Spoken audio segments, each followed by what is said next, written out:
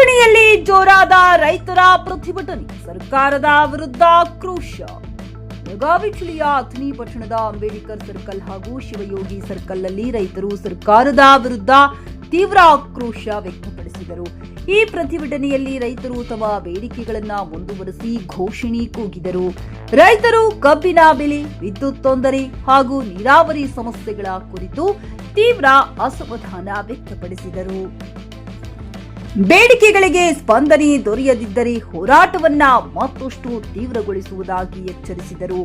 ಈ ಸಂದರ್ಭದಲ್ಲಿ ಮಹದೇವ ಮಡಿವಾಳ್, ಶಿವಾನಂದ ಕೋತ್, ಶಹಜಹಾನ್ ಡಂಗರಗಾವ, ಮಹೇಶ್ ಕುಮಟಳ್ಳಿ, ಶಬ್ಬೀರ್ ಸಾತ್ಬಚ್ಚೆ ಸೇರಿದಂತೆ ಹಲವಾರು ರೈತ ನಾಯಕರು, ವಿವಿಧ ಸಂಘಟನೆ ಮುಖಂಡರು ಉಪಸ್ಥಿತರಿದ್ದು ಸರ್ಕಾರ ರೈತರ ಸಮಸ್ಯೆಗಳನ್ನು ತಕ್ಷಣ ಗಮನಕ್ಕೆ ತೆಗೆದುಕೊಂಡು ಪರಿಹರಿಸಬೇಕೆಂದು ಆಗ್ರಹಿಸಿದರು.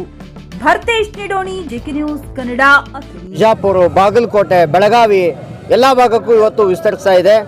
ನಮ್ಮ ಬೇಡಿಕೆಯಂತೆ 3,500 ದರವನ್ನು ಸರ್ಕಾರ ಆಗಲಿ ಕಾರ್ಖಾನೆ ಆಗಲಿ ನಿಗದಿ ಮಾಡೋ ತನಕ ನಮ್ಮ ಹೋರಾಟ ನಿರಂತರವಾಗಿ ಮುಂದುವರಿತದೆ. ಅದರ ಸಾಂಕೇತಿಕವಾಗಿ ಇವತ್ತು ಅಥಣಿಯಲ್ಲಿ ಕೂಡ ಮುಂದುವರಿತಾ ಇದೆ.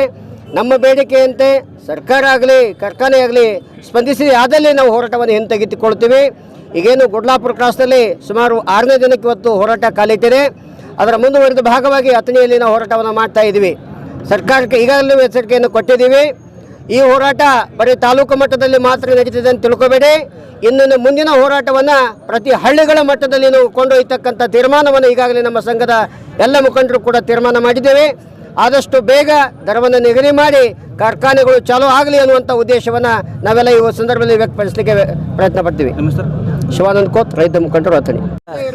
ಗುರ್ಲಾಪುರ ಕ್ರಾಸ್ನಲ್ಲಿ ನಮ್ಮ ಎಲ್ಲ ರೈತ ಸಂಘದ ಸದಸ್ಯರು ಬೆಂಬಲ ಬೆಲೆಗಾಗಿ ಸರ್ಕಾರಕ್ಕೆ ಎಚ್ಚರಿಕೆ ಕೊಡ್ತಾ ಇದ್ದಾರೆ.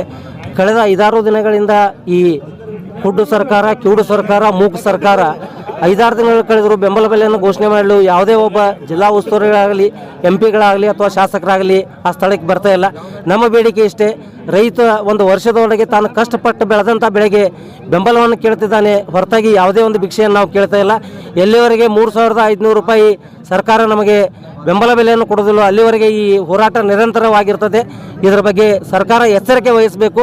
ಒಮ್ಮೆ ರೈತ ಸಿಡಿದೈತ ಅಂತಂದರೆ ಹಳ್ಳಿ ಮಟ್ಟದಲ್ಲಿ ಆಗಲಿ ಯಾವುದೇ ಒಂದು ತಾಲೂಕಾ ಮಟ್ಟದಲ್ಲಾಗಲಿ ಈ ಹೋರಾಟವನ್ನು ನಾವು ಬೆಂಗಳೂರುವರೆಗೂ ಕರೆದೊಯ್ಯವರೆಗೆ ಬಿಡೋದಿಲ್ಲ ಅನ್ನೋ ಮಾತನ್ನು ಈ ಸಂದರ್ಭದಲ್ಲಿ ಸ್ಪಷ್ಟವಾಗಿ ಹೇಳಕ್ಕೆ ಇಷ್ಟಪಡ್ತೀವಿ.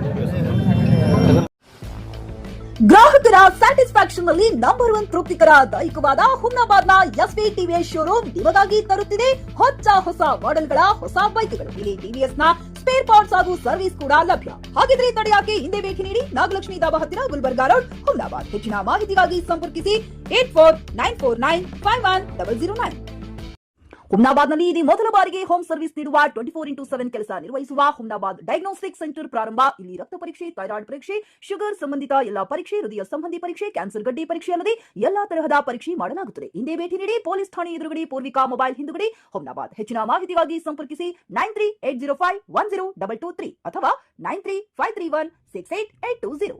ಹುಮ್ನಾಬಾದ್ನ ಶಿವಚಂದ್ರ ಕಾಲೋನಿ, ಗುಲ್ಬರ್ಗಾ ರೋಡ್ನಲ್ಲಿರುವ ಕಡಾಳಿ ಆಸ್ಪತ್ರೆಯಲ್ಲಿ ಉತ್ತಮ ಸೇವೆ ನೀಡಲಾಗುತ್ತಿದೆ. ಇಲ್ಲಿ ಗರ್ಭಿಣಿ ಹಾರೈಕೆ, ನಾರ್ಮಲ್ ಮತ್ತು ಸಿಸರಿಯನ್ ಹೆರಿಗೆ, ಗರ್ಭಕೋಶ ಸಂಬಂಧಿತ ಶಸ್ತ್ರಚಿಕಿತ್ಸೆ, ಬಂಜೇತನ ಮತ್ತು ಕ್ಯಾನ್ಸರ್ ಸ್ಕ್ರೀನಿಂಗ್, ಎಲ್ಬೋ ಕೀಲು ತಜ್ಞರು, ಆಕ್ಸಿಡೆಂಟ್, ಮೂಳೆ ಮುರಿತ, ಬೆನ್ನು ನೋವು, ಸರ್ಜನ್ ತಜ್ಞರು, ಅಪೆಂಡಿಕ್ಸ್, ಅರ್ನಿಯಾ, ಹೈಡ್ರೋಸೆಲ್ ಚಿಕಿತ್ಸೆ ನೀಡಲು ವಿಶೇಷ ವೈದ್ಯರು ಲಭ್ಯ. ಎಂದೇ ಸಂಪರ್ಕಿಸಿ 8123213312.